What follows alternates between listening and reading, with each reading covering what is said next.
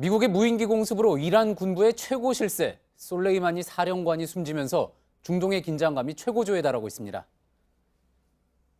جمهوری اسلامی این حق قانونی رو داره که هر زمان و به هر شکلی که خودش صلاح بدونه. 이란 최고 지도자 하메이니는 미국을 향해 가혹한 보복을 기다려야 할 거라고까지 말했습니다. 미국이 중동에 병력 3천여 명을 더 보낼 거란 소식도 전해지는데요. 교착 상태인 북미 관계에도 변수가 될 수 있다는 분석이 나옵니다. 오늘의 첫 소식 박현주 기자입니다. 이란 안보 정책을 결정하는 최고 국가안보회의는 긴급 회의를 열고 강력하게 경고했습니다. 솔레이마니 사망에 대해 미국의 강력한 최고의 응징을 할 것이라고 한 겁니다. 이란 외무장관은 아예 TV에 나왔습니다. 미국의 책임을 묻겠다며 국제사회에서 여러 법적 조치에 나서겠다고 거들었습니다. 유엔 주재 이란 대사는 사무총장에게 서한을 보내 이번 사건을 미국 주도의 명백한 테러라고 규정한 것으로 전해졌습니다. The new chapter, which is tantamount to opening a war against Iran. 반면 공습을 직접 지시한 트럼프 대통령은 전쟁을 멈추기 위한 작전이었다고 주장했습니다. What the United States did yesterday should have been done long ago. A lot of lives would have been saved. 이란이 보복을 예고한 상황에서 미국은 중동에 약 3,500명의 병력을 추가 배치할 계획으로 알려졌습니다. 중동의 긴장감이 커지면서 이라크에서 일하던 미국인들이 떠나고 있고 오는 5일 카타르로 전지 훈련을 갈 예정이던 미국 남자 축구 대표팀도 훈련을 전면 취소했습니다. JTBC 박현주입니다. 이번 솔레이마니 사령관 제거 작전은 첩보를 수집하는 단계부터 드론으로 미사일 공격을 하기까지 신속하게 진행됐습니다. 미국이 적대국의 인사를 어떻게 타격할 수 있는지 보여준 거란 평가도 나오는데요. 이번 공습 작전을 이혜원 기자가 짚어봤습니다. 솔레이마니 사령관은 시리아에서 비행기를 타고 현지 시간 3일 새벽 이라크 바그다드 국제공항에 도착했습니다. 공항에서 이라크의 친이란 시아파 민병대 아부 마흐디 알무한디스 부사령관 등을 만나 차량으로 공항을 출발했습니다. 미국은 이 차량이 공항 밖으로 나가기 전에 곧바로 MQ-9 리퍼 드론을 띄워 차량을 폭파했습니다. 트럼프 대통령의 사전 허가를 받은 미 합동특수전사령부의 공습 작전이었습니다. 미 군 당국은 그동안 비밀 정보원과 정찰기, 전자도청 등을 통해 솔레이마니의 동선 정보를 확보했습니다.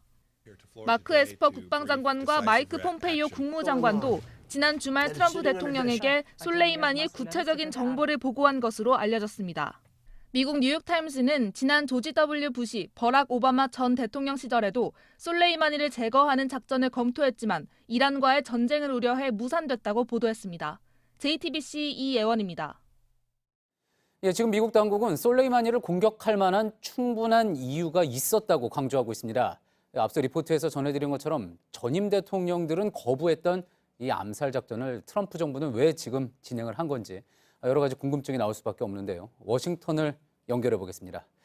자, 임종주 특파원, 먼저 이제 이란이 가혹한 보복을 예고했습니다. 워싱턴을 비롯한 미국 주요 도시들이 지금 신경을 곤두세우고 있다고 하죠.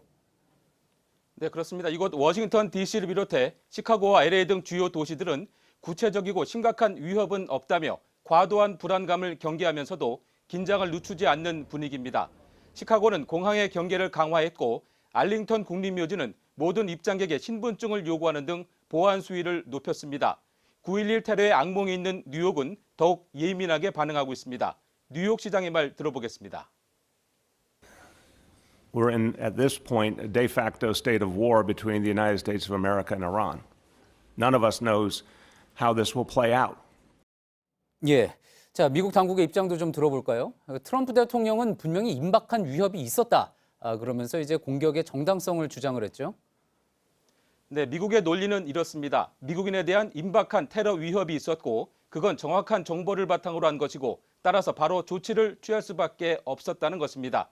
정당성과 시급성을 갖춘 방어 조치라는 점을 부각하고 있습니다. 트럼프 대통령의 말 직접 들어보시죠.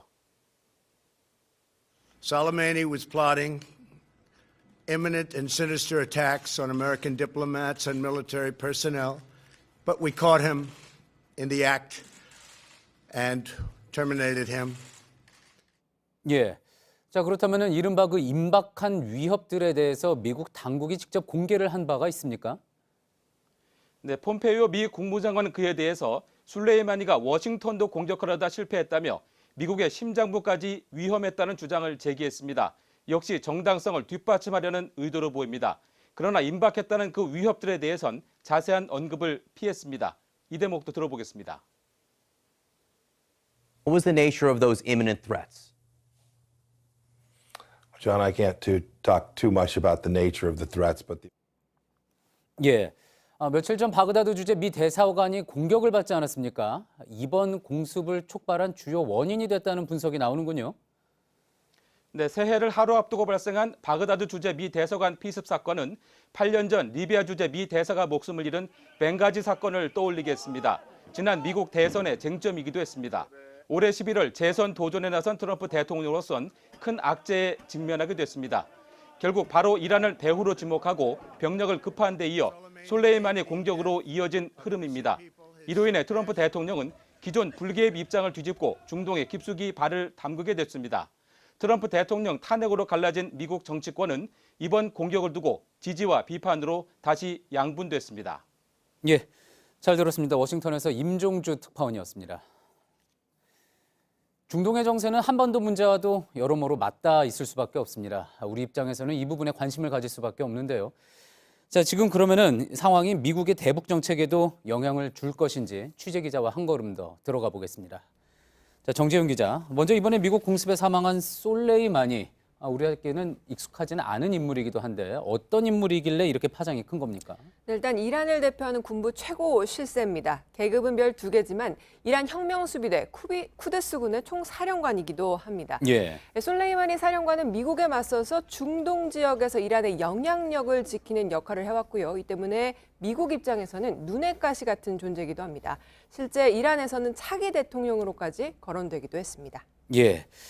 자, 미국의 이번 공습. 그런데 이제 미국 내에서도 그렇고 밖에서도 그렇고 다가오는 이제 미국 대선을 염두에 둔 거다. 뭐 이런 이야기도 나오지 않습니까? 어떻습니까? 그렇습니다. 이 트럼프 대통령이 솔레이마니 사살 직후에 본인 트위터에 그림을 하나 올렸는데요. 함께 한번 보시죠. 예. 네, 아무런 설명 없이 이렇게 성조기 그림을 하나 올렸습니다. 이 사실상 자축한다는 의미로 읽힌다는 게 전문가들의 설명입니다. 그러니까 미국은 이번 솔레이마니 제거 작전이 중동에서 미국인들을 표적으로 한 위협이 있었기 때문에 테러를 막기 위한 선제 공격이었다 이렇게 주장을 하고 있는 거죠. 예. 즉 트럼프 대통령이 재선 도전을 앞두고 이란을 향해서 단호한 대응 조치를 보여줌으로써 미국을 겨냥한 테러 등 이런 안보 위기를 막아냈다는 걸 강조하는 걸로 보입니다. 예. 자, 그럼 우리 이야기로 좀 가볼까요? 당장 이렇게 이란 문제가 트럼프 대통령에게 뭐라고 할까요? 발등에 떨어진 불이 된다고 하면은 그러다 보니까 일각에서는 트럼프 대통령의 관심에서 이제 북한 문제는 좀 멀어지는 것이 아니냐 하는 우려도 나오는 것 같습니다. 어떻습니까? 네, 일단 트럼프 대통령에게는 이란 문제가 훨씬 더 시급한 문제가 된 건 맞습니다. 다만 일각에서는 이런 우려도 나옵니다. 로버트 갈루치 전 미 국무부 북핵 특사가 최근 한 언론에 미국이 이란과의 갈등으로 시선이 중동에 집중된 사이 북한이 도발에 나설 수도 있다 이렇게 전망하기도 했습니다. 예, 북한이 오히려 돌발 행동을 할 수도 있다. 그런 거군요. 자, 그런데 또 한편에서는 이번 이란 공습과 관련해서 북한에 우회적으로 어떤 경고의 메시지를 준 거다라는 분석도 나오고 있죠. 네, 그렇습니다. 우선 미국 국방장관이 한 이야기 잠시 들어보시죠. 예. If anybody challenges us, they will be met with a severe response, a strong response by U.S. forces. 네, 이란을 향해서 한 말이긴 하지만 그 상대가 anybody, 즉 누구라도 될 수 있다라고 말을 해서 북한에 대한 경고 메시지다 이런 해석도 나오고 있는 겁니다.